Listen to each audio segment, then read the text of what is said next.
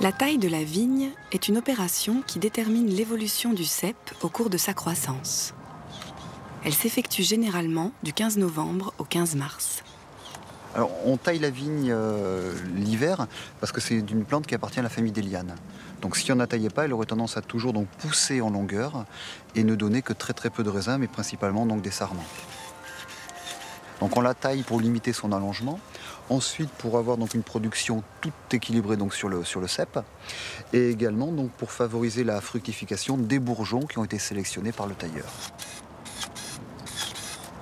Alors en fonction de la région dans laquelle on est, on va avoir donc différents modes de taille possibles. Donc on peut tailler la vigne en cordon, on peut tailler la vigne en gobelet, on peut tailler la vigne en guyot. Et ça, ce sont vraiment des techniques qui sont déterminées et choisies par l'employeur et également donc par l'appellation d'origine contrôlée. Une fois qu'on a taillé la vigne, les sarments vont être déposés au sol. Et là, donc, où ils vont être brûlés, ils peuvent être broyés aussi, ou alors donc directement retirés du rang.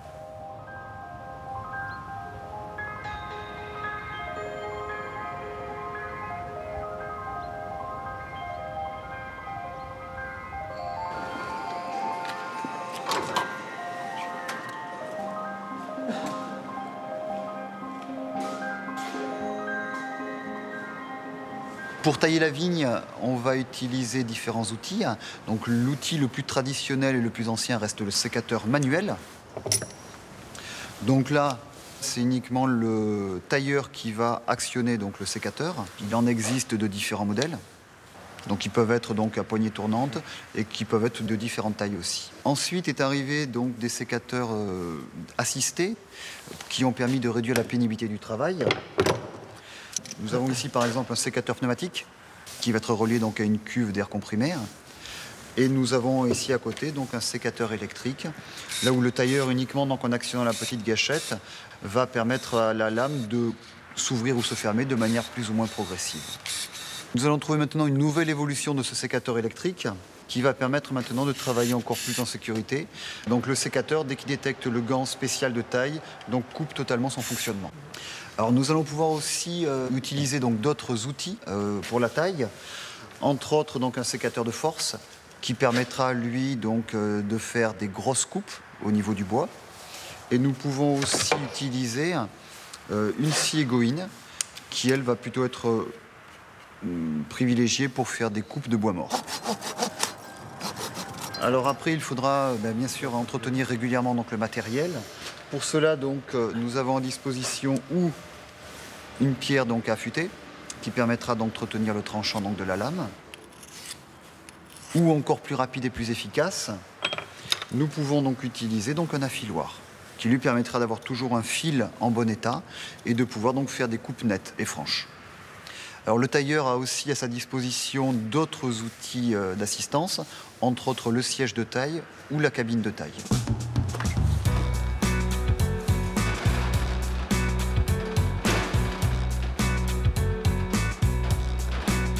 Le plus important lors de la taille, c'est d'avoir une tenue vestimentaire adaptée aux conditions climatiques.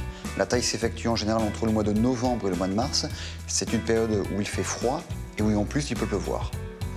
On conseille de porter une première couche de vêtements, donc d'un tissu donc technique, transpirant, type Gore-Tex, en évitant bien sûr le coton qui lui va à l'inverse va retenir la transpiration. Ensuite une deuxième couche de vêtements, donc assez chaud, qui retiendra bien la chaleur du corps, du type donc polaire. Et ensuite donc une troisième couche de vêtements qui lui donc sera plutôt imperméable et qui pourra protéger donc de la pluie et du vent. Bien sûr, très important, les chaussures. Les chaussures donc adaptées à l'extérieur, donc plutôt des chaussures montantes qui vont bien tenir la cheville et qui soient étanches et chaudes. On peut également donc prévoir une paire de sous-gants qui va protéger donc les mains du froid.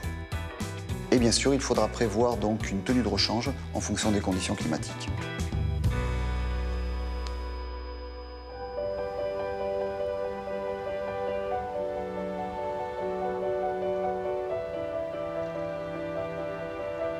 Alors je suis face à un cep de Cabernet. Le Cabernet est un cépage que l'on taille à guyot ou à baguette. C'est le nom de la taille qui est pratiquée un peu partout en France pour ce style de cépage. Elle consiste à laisser d'une part une longue baguette fructifère, comme on voit ici, la baguette qui a été laissée à la taille l'hiver dernier, qui nous a donné donc des grappes de raisin. Et de l'autre côté, un poussier ou courson qui prépare la taille de l'hiver suivant. Donc pour cet hiver, je vais conserver la baguette la plus basse et la plus grosse et dans l'axe, donc celle-ci. Et on va ensuite rabattre, c'est-à-dire couper l'ancienne baguette et laisser un poussier dessous pour préparer la taille de l'hiver suivant. Donc maintenant, on va mettre les lunettes de sécurité pour éviter tout accident des yeux avec les sarments. Et on va commencer à tailler le cep. On détermine la longueur de la baguette pour laisser assez de raisin à la production. On élimine les autres bois qui sont sur le dessus du cep. Et de l'autre côté, on va changer d'outil et de position. On va utiliser la force qui permet de soulager le corps pour couper l'ancienne baguette, qu'on peut d'ailleurs couper en deux. Cette ancienne baguette, soit on la laisse en place, soit on la tire simultanément. Les deux opérations dites de tirage du bois peuvent être faites en même temps ou pas. Et on laisse donc ici un poussier à deux yeux qui prépare la taille de l'hiver suivant. Donc on se retrouve avec une baguette qui va nous donner du raisin l'été suivant et le poussier qui prépare la taille pour le tailleur de l'année prochaine. Ensuite on élimine les bois qui peuvent être encore accrochés. Là on a la chance d'avoir une parcelle de vigne qui a été pré-taillée, donc il y a très peu de bois accroché. Sinon les vrilles, on n'hésite pas à les couper.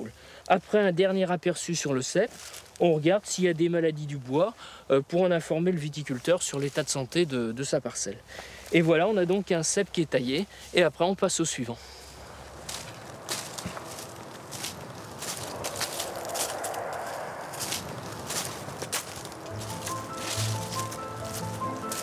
L'activité de taille dans la vigne comporte plusieurs risques professionnels. Le premier d'entre eux est lié à l'utilisation du sécateur, qu'il soit manuel, pneumatique ou électrique.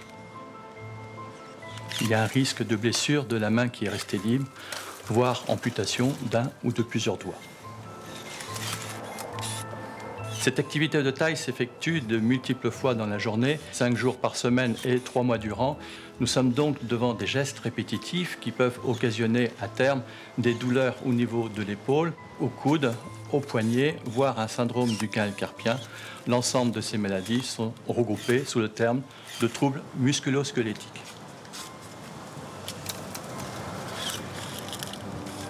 Le viticulteur, pour tailler la vigne, devra se pencher en avant étant donné que le végétal est relativement bas. Et hélas, parfois, il y a un risque que le sarment ou que la baguette blesse malencontreusement ses yeux. Le fait de se pencher en avant de manière répétitive ou prolongée va également occasionner au niveau de son dos des douleurs, notamment au bas du dos, des lombalgies, voire un lumbago aigu. Enfin, pour effectuer son activité de taille, il devra se déplacer entre les rangs, sur terrain détrempé, voire gelé, également utilisé par les tracteurs. Et donc il y a un risque d'entorse, notamment de cheville, voire de glissade et de chute.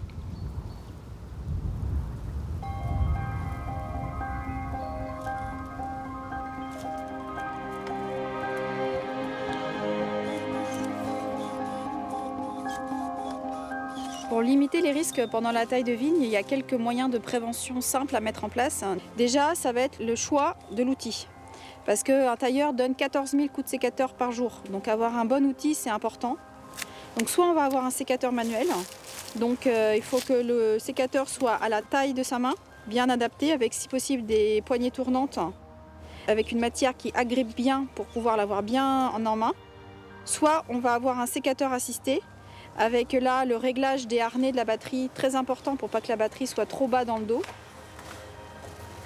Et dans tous les cas, que ce soit un sécateur manuel ou un assisté, il faut bien entretenir son sécateur. Et lorsque c'est un électrique, eh bien mettre le sécateur hors tension pour l'entretien.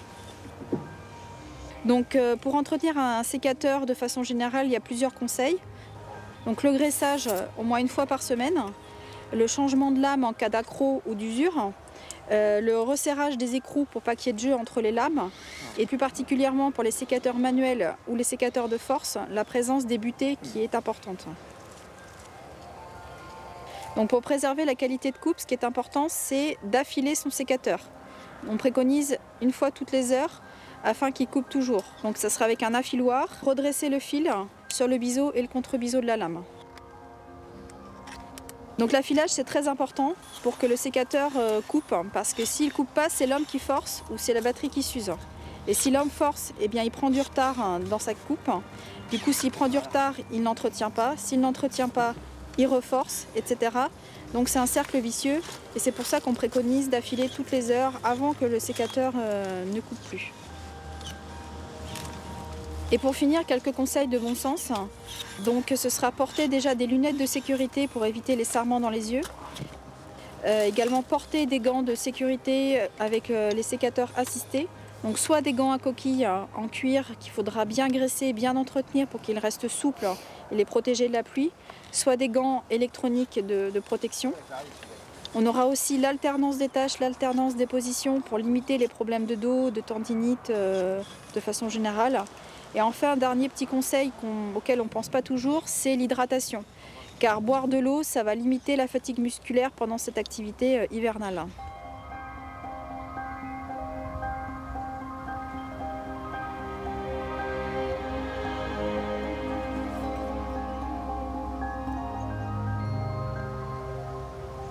Un petit mot de conclusion, l'activité de taille est une activité complexe, technique et riche. Nous avons pu constater que les risques étaient diversifiés ainsi que les mesures de prévention, d'où l'importance d'accueillir son salarié en toute sécurité. Alors bonne taille à tous!